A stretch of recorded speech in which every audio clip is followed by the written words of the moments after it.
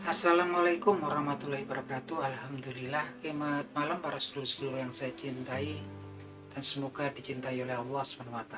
Oke para sedulur, jadi hari ini tepatnya tanggal 25 Agustus 2025, lagi-lagi ada demonstrasi besar-besaran di depan gedung DPR RI yang dilakukan oleh partai buruh ya, dengan para buruh-buruh ya, yang mereka tuntutannya sangat jelas sekali. Mereka sepertinya menolak ya keberadaan outsourcing, yang memang semenjak adanya outsourcing ini kan memang kemudian ya susah ya akhirnya para buruh ini kan gitu kan ya. Kalau yang perusahaan pengguna aman mereka menggunakan outsourcing. Kenapa? Karena memang kalau outsourcing nanti nggak perlu kemudian berhadapan-hadapan langsung dengan para buruh, terus nggak perlu kemudian memberikan pensiun pada para buruh, orang-orang yang buruh-buruh yang bekerja pada mereka. Beda kalau kemudian jadi pegawai tetap kan harus memberikan santunan ataupun kemudian uang pensiun segala macam kan.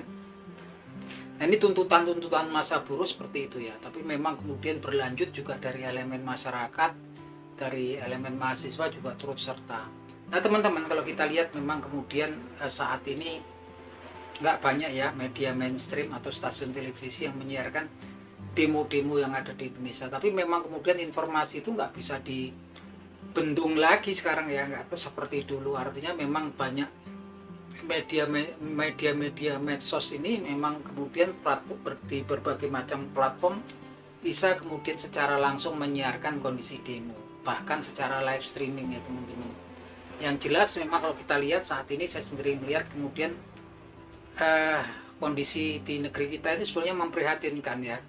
Gimana kemudian di beberapa wilayah itu bergejolak ya. Kemarin di Pati masa melakukan demonstrasi besar-besaran menolak kenaikan PBB yang 250% ya, naiknya yang gila-gilaan, yang kemudian memang berhasil di cancel ya. Dan nyusul kemudian demonstrasi kemarin ya, masa gitu kan, dan mahasiswa tanggal 25 Agustus berkaitan dengan DPR yang kemudian menaikkan gaji mereka ya, yang kabarnya sampai apa itu berapa juta ya, 3 juta per hari, pokoknya sama tunjangan yang besar yang menurut masyarakat, elemen-elemen yang ada di masyarakat itu kemudian nggak masuk akal ya, dikala kemudian kondisi perekonomian masyarakat itu lagi susah gitu kan, lagi menderita, lagi susah, banyak PHK, kemudian usaha banyak yang macet, daya beli masyarakat yang turun gitu kan. Disusul ini kemudian tanggal 28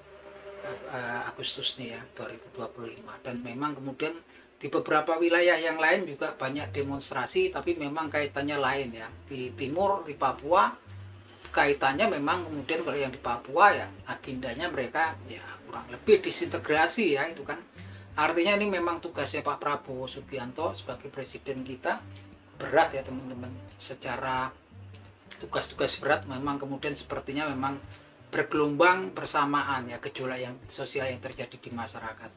Bisa jadi memang kemudian ini percampuran antara kekecewaan masyarakat terhadap salah satunya oknum-oknum di pemerintahan yang justru melakukan korupsi di kala kemudian masyarakat sedang sulit ya. Kemarin kita bisa lihat kan yang baru-baru aja ada oknum di Kemenaker, salah satunya adalah Wamen, yang kemudian tega-teganya ugal-ugalannya luar biasa sampai melakukan pemerasan ketika kemudian para perusahaan ataupun orang-orang yang mencari penerbitan sertifikat keselamatan dan kesehatan kerja atau K3 yang tarifnya harusnya cuma 275.000 jadi 6 juta ya teman-teman. Dan ini berhasil kemudian diungkap oleh KPK.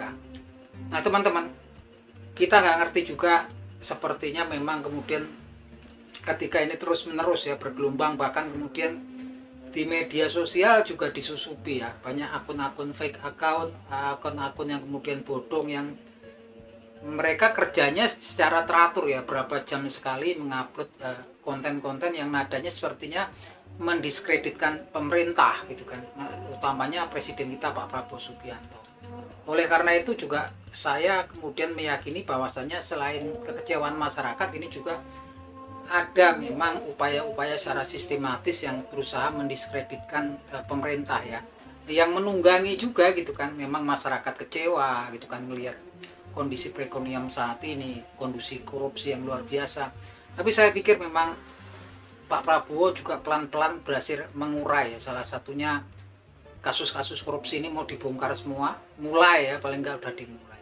Dan kemudian ada replacement, orang-orang yang mulai the right man on the right place, yang rekam jejaknya bagus seperti Novel Baswedan. Sekarang kombes Purnawirawan Novel Baswedan naik lagi ya, jadi wakil ketua Satgas penerimaan pendapatan negara. Artinya ini sebenarnya tambah deg-degan aja orang-orang yang memang oknum-oknum yang sering korupsi ya teman-teman, dengan naiknya Novel Baswedan. Artinya memang sinyal-sinyalnya positif ya. Pelan-pelan Pak Prabowo pastinya juga udah tahu kalau kemudian memang ada yang kemudian berusaha secara sistematis mendiskreditkan beliau dan pemerintahnya. Dan memang yang kita tunggu-tunggu gulnya bomnya adalah salah satunya nanti ketika diterbitkan undang-undang perampasan aset para koruptor. Kalau saya yakin ini sudah digulkan, ini kiamat ya bagi para koruptor. Tapi kalau kemudian nggak terbit-terbit ya, kita nggak tahu kemana wakil rakyat kita yang memang kita harapkan gitu kan. Karena kalau kemudian undang-undang itu terbit, yang paling takut, yang paling kecewa, yang paling dirugikan adalah para koruptor itu sendiri. Dan para koruptor ini kan sepertinya sudah nggak takut kalau sama namanya hukuman pidana. Mereka takut dimiskinkan. Makanya itu salah satunya, selain penegakan hukum, maka saya pikir juga efek jerah itu luar biasa. Oke teman-teman, berhubung ini udah ngerazan, saya pikir obrolan kita sampai di sini aja. Semoga bermanfaat teman-teman. Akhir kata, wabillahi taufiq wal hidayah. Wassalamualaikum warahmatullahi wabarakatuh.